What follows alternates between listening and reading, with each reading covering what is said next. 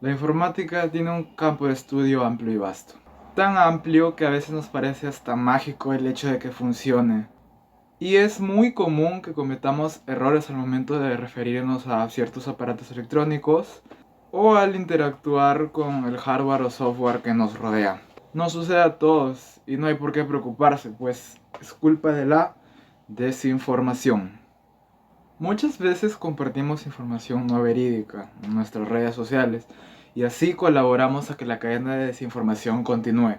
Con el tiempo esos datos falsos o inexactos terminan convirtiéndose en mitos. Mitos tecnológicos en esta ocasión. Por eso hoy mis compañeros y yo expondremos y desmentiremos algunos de ellos. Bien, comencemos. ¿Alguna vez les han pasado que han querido ingresar a una página a la cual no quiere que se enteren los demás? ¿Han empezado a usar el modo incógnito ya que se te hace invisible o te hace pasar desapercibido en las redes? Es un mito. El modo incógnito no te hace ni invisible ni te hace pasar desapercibido de una manera u otra. Lo que hace es no guardar dónde has estado en tu historial, no guardar las cookies y no guardar la información introducida en formularios. En otras palabras, no guardar lo que haces, pero sí es visible en donde has estado. Las páginas web que visites, los proveedores de Internet, la dueña o empresa del hardware. Si usas Internet desde trabajo o una red Wi-Fi pública, pueden ver tu dirección IP. Por lo tanto, pueden rastrearte, identificarte y saber en dónde has estado metido. La única forma de ocultarte de Internet es usar una red privada virtual o una VPN, que es una estructura o metodología de red de ordenadores que podemos extender de forma segura en una red local o LAN hasta la propia red pública. ¿Alguna vez tus padres te han regañado por no apagar tu laptop? Pues déjame decirte que están equivocados, ya que los portátiles modernos están diseñados para aguantar largos periodos de tiempo sin apagarse y se encenderán al instante cuando los necesites. Estudios llevados a cabo por expertos como John Delay no han encontrado diferencias en el hardware, apagues o no el portátil, así que no debemos obsesionarnos con el tema. Seguro que en algún momento pensaste que la programación es difícil solo al escuchar su nombre. Pues no.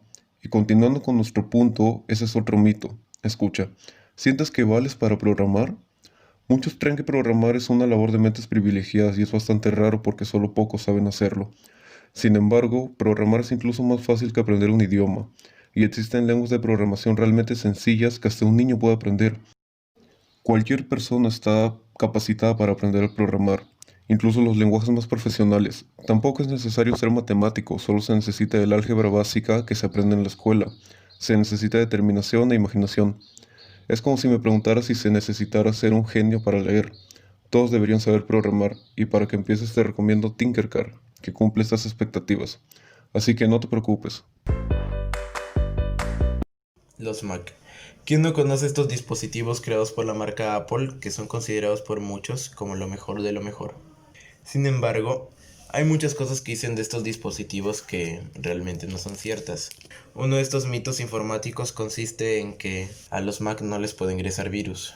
Este mito se remonta a los años 80 y si bien en los primeros años era cierto, los delincuentes con el paso del tiempo y con la ayuda de los bugs que tiene Mac OS se las apañaron para poder penetrar la base de datos de los Mac.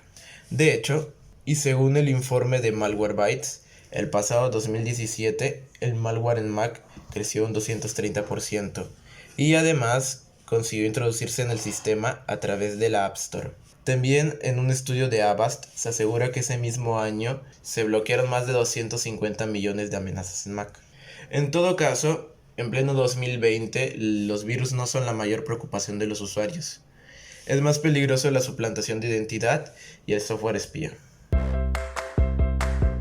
¿No te ha pasado que por casualidad borras un archivo importante de tu papelera o al contrario tratas de borrar algo por completo?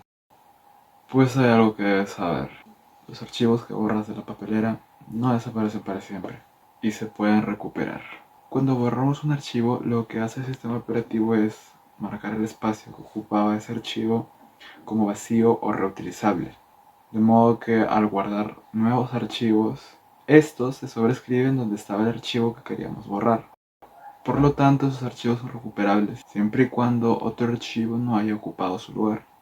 Así que si pierdes un archivo, lo que debes hacer es dejar de usar tu equipo inmediatamente y consultar con tu informático de confianza para recuperar esa preciada información que borraste accidentalmente.